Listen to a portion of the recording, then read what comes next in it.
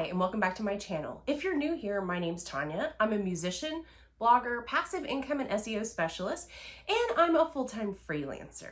And that's exactly what we're going to be talking today, freelancing, mainly how to get started in it. So if you want to get started freelancing, or you're already freelancing and just want to get a little bit better at it, grab that cup of coffee and let's get into it.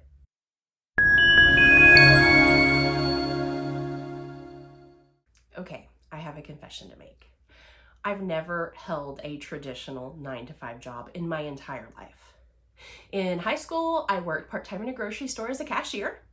After graduate school, I did spend 5 horrific weeks working in a bagel shop for minimum wage because I was still building up my business, and I did spend 2 years as a full-time professor. Besides that, I have been freelancing since 1997, and freelancing has been my full-time job with no other jobs since 2007. So I've spent a lot of time mastering the art of freelancing and exactly how to do it. I make a good living as a freelancer. I own my car. It's completely paid for, and I own my own home. And I've done all of this by myself as a freelancer. So let's get into exactly what you need to do to be successful as a freelancer. So regardless of whether you are a musician, an artist, a writer, an accountant, a bookkeeper, it doesn't matter. Freelance work is freelance work, and it's the exact same thing. You are contracting out a service in exchange for a paycheck. That is what freelancing is. So this applies to everyone in that space. So the first thing you want to do when you get into freelancing is identify your skill set. What are you good at? What services are you going to offer? Maybe you're a graphic designer. Maybe you're a writer. Maybe you're a music teacher. Maybe you're a bookkeeper. Identify your skill set. Identify what you're really good at and what needs work, and then start working on your weaknesses to improve them. The second thing you want to do is create a portfolio of your work. So if you're a graphic designer, it could be examples of designs that you've done. If you're a photographer, it can be examples of photos. If you provide services, your portfolio is going to be a collection of testimonials.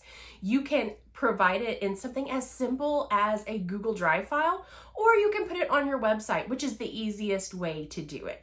Build out a great website, put your portfolio on it so clients can find you organically that way. The third thing you want to do is focus on your brand.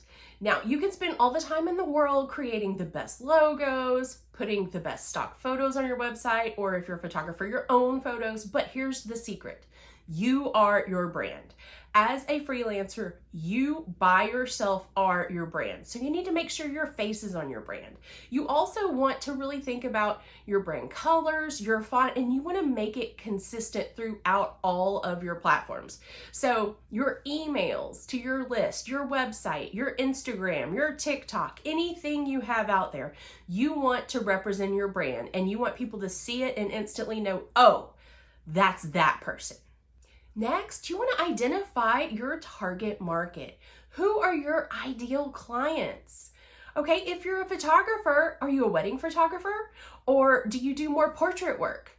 Okay, identify those clients. If you're targeting towards weddings and that's who you're looking for, you're probably not going to want to focus on senior pictures. At the same time, if portrait work is what you want to do, then you don't want to have to spend all your time booking wedding gigs.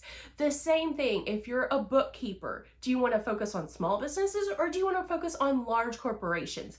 You probably don't want to do both. You want to be really good at one of those things. You want to specialize in it, and you want to identify that target audience and market your work to them. Once all that's done, you want to set your prices. You need to know your rates. Do your research. What are other people in your area charging? Now, a lot of freelancers are like, oh, they're charging $100. So I want to go under that. I'm only going to charge $80. Don't do that. You're undervaluing your own work. Stay with the average price in the area or go above it if you think it's too low. Do not undervalue your work, because personally, when I'm out there looking for a great wedding photographer, I am not looking at someone who's cheaper than everybody else, because they're cheaper for a reason. At the same time, if I'm hiring musicians, I'm probably not going to go with the cheapest one there either. So make sure that you price your services according to their value. And finally, you want to network and market yourself. Market yourself online. Get to know other people in the area. Maybe they have clients that they can't take. Maybe there are other wedding photographers who are already booked that day. They can send you clients and vice versa. Get to know everybody within your community. You can do this by joining online communities, going to events, networking, get to know people, meet people. And I know a lot of freelancers are a little introverted, and that's okay. You're gonna have to get out there and meet people if you're gonna market yourself and get work. So these are a few things to get you started. I'm gonna do an entire video series on freelancing, so keep your eye out for more videos on this topic in the future. And until next time, peace out.